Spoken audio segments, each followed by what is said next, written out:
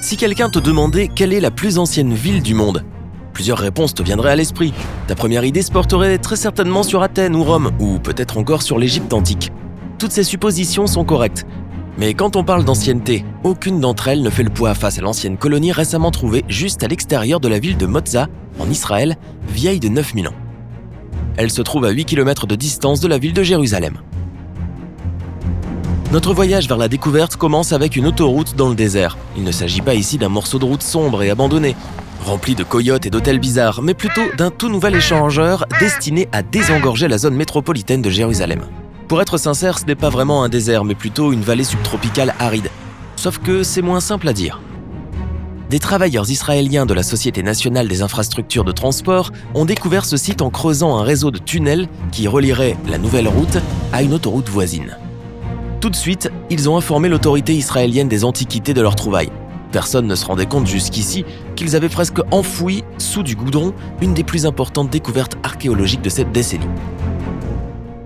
Des gens ont vécu au Moyen-Orient depuis des dizaines de milliers d'années, longtemps avant leur déplacement vers l'Europe, l'Asie orientale ou l'Amérique. Mais jusqu'à récemment, il n'y avait aucune preuve de colonie préhistorique majeure dans cette partie d'Israël. Maintenant, on a non seulement la preuve de l'existence d'une société agricole dans cette région, mais en plus, elle avait une population estimée à 3000 habitants, ce qui serait l'équivalent d'une grande métropole à l'âge de pierre.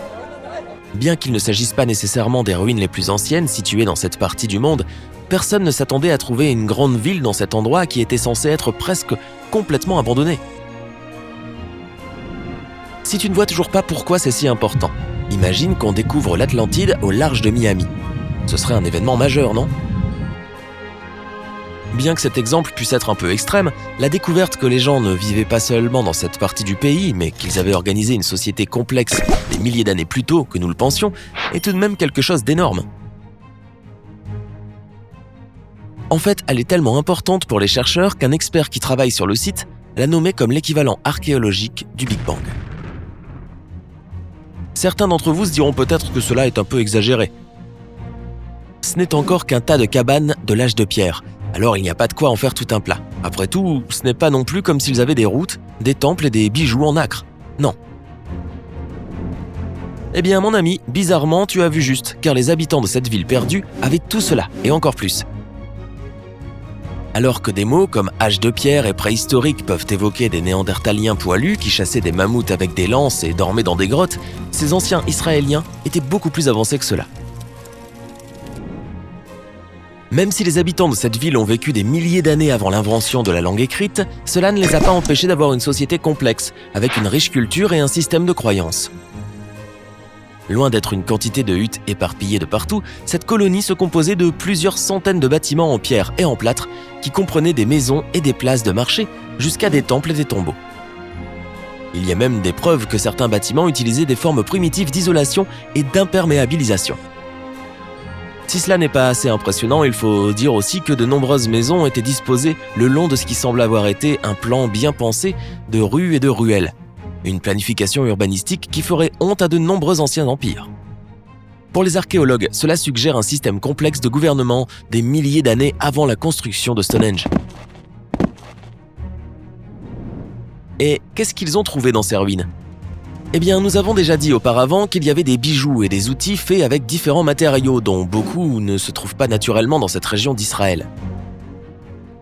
Alors qu'une partie des pierres utilisées dans les bijoux et la décoration n'est pas encore identifiée, la présence de matériaux tels que la nacre et l'obsidienne suggère que la ville était un centre de commerce majeur et permettait l'échange de marchandises avec des peuples aussi éloignés comme la Turquie de nos jours. Maintenant, si tu n'aimes pas trop conduire jusqu'au supermarché, imagine traverser des milliers de kilomètres de désert et de montagnes, quelques milliers d'années avant que les chevaux ne soient domestiqués. Malgré la proximité des ruines avec la ville moderne de Jérusalem, les objets trouvés dans cette ville oubliée sont remarquablement bien préservés, ce qui permet aux archéologues de mieux comprendre une société qui n'a laissé aucune histoire écrite. Parmi les antiquités récupérées se trouvait une variété d'objets en céramique et comprenait non seulement de la poterie, mais aussi plusieurs petites figurines humaines et animales. Les archéologues croient que beaucoup de ces dernières servaient à accomplir des rituels, et représentait peut-être une sorte de divinité ou d'esprit. Le contenu de nombreux lieux de sépulture disséminés dans les quartiers résidentiels de la ville mérite une attention particulière. Tout comme les tombes des pharaons égyptiens et des pilleurs vikings. Ces chambres funéraires contenaient une quantité d'outils et d'objets de valeur. Non seulement cela renforce la théorie selon laquelle les gens qui vivaient ici avaient leur propre système de tradition, en plus de l'art et des bijoux, il y a eu aussi d'autres découvertes qui comprennent une variété d'armes et d'outils en pierre et en bronze, comme des haches et des pointes de flèches, ainsi que des couteaux et des outils agricoles de différentes formes et tailles. Nous pouvons même nous faire une bonne idée de ce qu'ils mangeaient grâce aux restes étonnamment bien conservés trouvés dans les lieux de stockage et greniers qui se trouvaient dans la ville.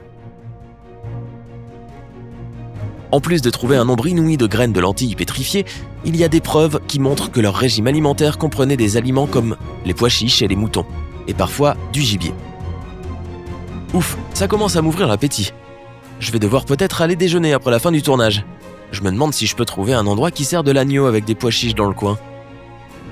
Mis à part mes plans de déjeuner, il est important de dire qu'une source stable de nourriture est essentielle pour maintenir une société aussi complexe. Les ossements d'animaux trouvés à proximité ont conduit les chercheurs à croire que les premiers habitants de la ville étaient des chasseurs-cueilleurs arrivés dans la région il y a environ 10 000 ans. Au fil des siècles, ils se sont progressivement éloignés de leur mode de vie nomade et de leur dépendance à suivre les troupeaux d'animaux. En l'espace de 1000 ans, cette petite tribu de chasseurs est devenue une ville animée, ce qui est relativement rapide. Mais tout cela a été possible car la géographie a aidé les premiers colons quand ils se sont établis ici. Quand la plupart d'entre nous, les Occidentaux, pensons au Moyen-Orient, nous imaginons des montagnes arides et des déserts à perte de vue. Si d'un côté, c'est vrai qu'Israël ne manque pas de sable, de l'autre, il existe aussi beaucoup de voies navigables intérieures, autour desquelles les sociétés ont pu s'établir. Une bonne source d'eau a permis que leur société passe de chasseurs-cueilleurs à agriculteurs, trouvant ainsi une source stable de nourriture. Les experts disent que cela les a conduits à avoir une sorte d'âge d'or pendant les derniers siècles d'existence de la ville. C'est pour cela qu'elle a atteint sa taille maximale et a commencé à faire du commerce avec d'autres parties du monde. Même si les archéologues se sont fait une image étonnamment claire de comment était la vie dans cette colonie préhistorique, il y a encore beaucoup de choses que nous ne savons pas sur les gens qui y vivaient. Par exemple, nous ne savons pas quelle langue ils parlaient, les particularités de leur système de croyance ou même comment ils s'appelaient. Toute histoire ou légende a été transmise oralement, et après 9000 ans qui nous séparent d'eux, il est fort probable que ces histoires se soient perdues au fil des siècles. De toute façon, étudier des endroits comme celui-ci peut nous en dire beaucoup sur nos premiers ancêtres. Et si cette ville a réussi à rester cachée tellement longtemps, imagine tout ce qui nous attend encore d'être découvert. En parlant de découverte, les autorités israéliennes ont récemment retrouvé un masque volé datant de cette même période. Cet étrange objet provient d'un endroit situé à environ 30 km au sud de la capitale, près de la ville d'Hébron, et il a vécu une petite aventure. Depuis 2018, il a été volé par des pillards qui ont tenté de le vendre sur le marché noir. Cette vente illégale a été signalée à l'unité de prévention des vols d'antiquités de l'autorité israélienne des antiquités, qui est une équipe spéciale chargée d'enquêter sur des fouilles non autorisées comme celle-ci. Après une brève enquête, mais qui a apporté ses fruits, la TPU, c'est plus facile à dire, a appréhendé le pillard et a récupéré cet objet précieux. Quoique avec une apparence étrange. Le masque est sculpté dans du calcaire poli et possède des gravures très subtiles, comme des dents et même des pommettes. Les archéologues croient que ce masque, un des 15 qui existent dans le genre, a joué un rôle essentiel dans le système de croyance des gens qui habitaient la région il y a 9000 ans, et qu'il a peut-être été sculpté à l'image de l'un de leurs ancêtres.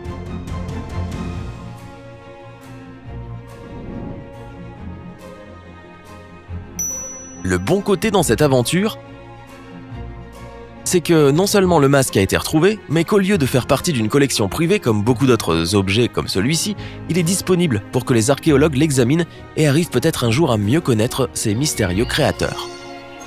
Ainsi, la prochaine fois que tu seras dans les bois, même si c'est à côté de chez toi, regarde bien autour de toi. Ce tas de pierres pourrait être rien du tout, ou bien il peut être tout simplement la clé pour percer l'un des mystères de l'humanité, ou ce n'est peut-être qu'un tas de pierres.